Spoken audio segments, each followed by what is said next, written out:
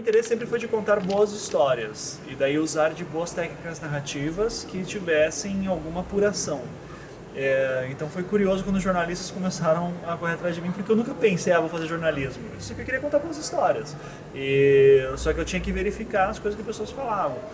E daí jornalistas começaram a se interessar justamente por tipo, nossa, você está fazendo jornalismo. Eu digo, legal, bacana. Então, daí que eu fui conhecer esse meio, conhecer atrás de jornalismo, consegui meu registro como jornalista e tudo. Mas eu sempre reforço, eu não sou formado nisso.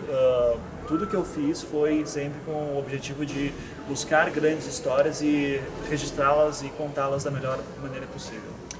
Querer ser professor e querer contar histórias sempre andou muito junto.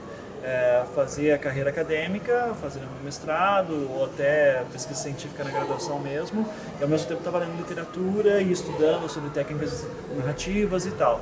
Quando veio o podcast, eu comecei a ouvir alguns podcasts dos Estados Unidos que faziam muito essa ideia de grandes histórias em áudio, como se fosse filmes para ouvir, né, que é a narrativa, a definição que eu gosto bastante.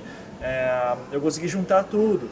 O meu interesse de pesquisa acadêmica, com o meu interesse de contar histórias na estrutura narrativa e também de podcast. Então, juntou tudo e foi um produto bacana. Veja, eu gosto muito da ideia de fazer um bom produto sem esperar muita coisa no início e ir ganhando ouvintes até um ponto que em algum momento você diz assim, gente, para eu continuar esse trabalho que vocês gostam, eu vou precisar da ajuda de vocês.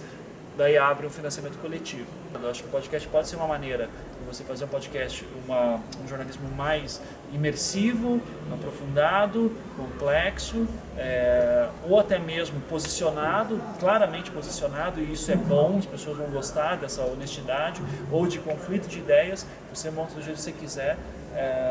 E daí só que ter em mente que isso demora para começar a dar dinheiro. Tá? Então por isso que eu sempre brinco, comece rápido para errar rápido. E daí você vai conseguir, sei lá, em 2 anos de vida começar a ter uma noção de como monetizar isso daí, né? Mas leva um tempo, sim.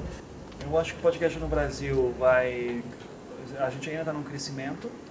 Eu vou chutar que até 2020 a gente vai ter novos players mais consolidados, assim, então novos podcasts que vão tomar a cena de referência. Então esse aqui é referência, esse aqui.